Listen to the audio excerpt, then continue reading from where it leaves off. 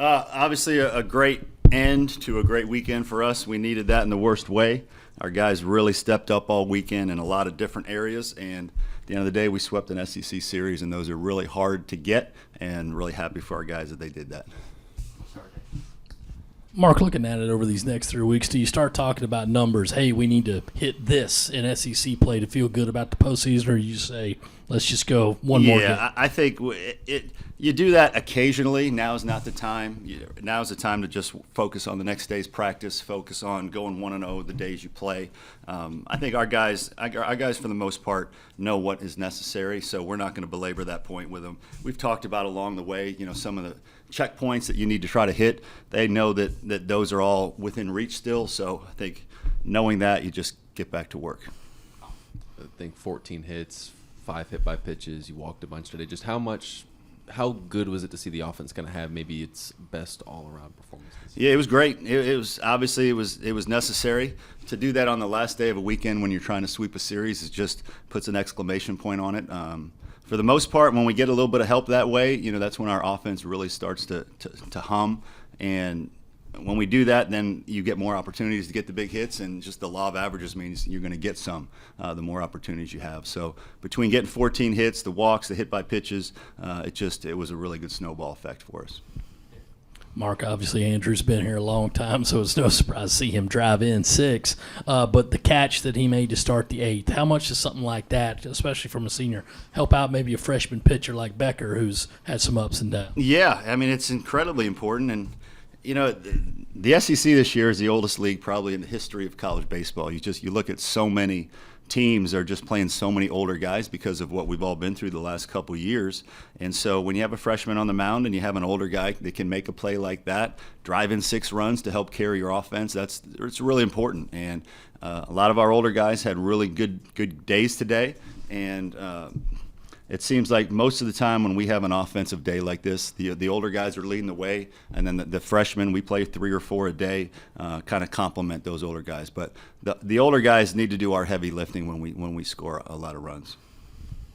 Pitching-wise, do you kind of feel like you've just hit on that formula now, at least in 2 of your 3 weekend starts, the way things are lining up? And how are you feeling about your first game starts at this point? Yeah, I mean, obviously Brett Thomas did a nice job this weekend. You can't sweep unless you do get the outing that Brett Thomas and Gilreath was really good. I mean, not quite as good as he had been, but he did enough, and he gave up a few, not real hard hits. Wasn't quite as good as he had been, but he pitched enough to pass the baton to the next guy.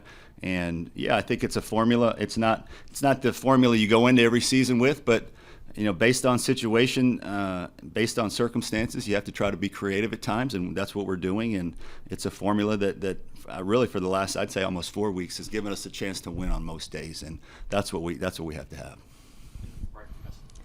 Hey, you mentioned checkpoints earlier, just kind of little goals that y'all have right now to advance. I wanted to ask, could you share maybe what some of those are? What are some of those points that you mentioned? Well, I don't want to give you all the secrets, but it's pretty common knowledge that in the SEC, 500 generally gets you in the NCAA tournament in our league.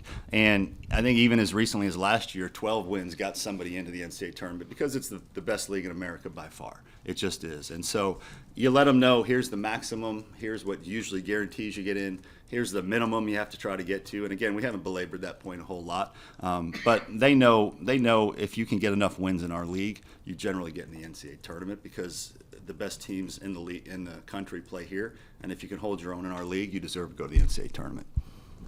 Mark, what did you see from Will today? It seems like he was really good over that middle inning stretch and then faltered. Just how important was that middle inning for him? What did you see from him? Yeah, I thought it was great. They came out and they were very emotional and got to him a little bit in that first inning. I thought the fact that we had an answer for him in the bottom of the first and scored 3 runs gave him a chance to settle down in the dugout, collect himself, make some adjustments, and then he was really good there. In the 6th, he made 1 bad pitch, and the guy hit the 3-run homer. But for the most part, I think Will was just very workmanlike today. He had 8 strikeouts in 7 innings, only walked 2 guys. So I think that's a very solid outing for him. I know he always wants to do better and always expects more out of himself. But at the end of the day, we scored a lot of runs, and he pitched well enough and gave us 7 innings, which is exactly what we needed.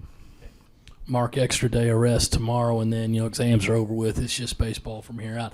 Do you look at how you set up your pitching for next weekend, and then going on into the last 2 weeks? Do you plan on keeping that same rotation? We need to talk about it. We need to look at it, and just again, we're playing poker right now. You have to try to figure out based on who you're playing and who you have and what the matchups are.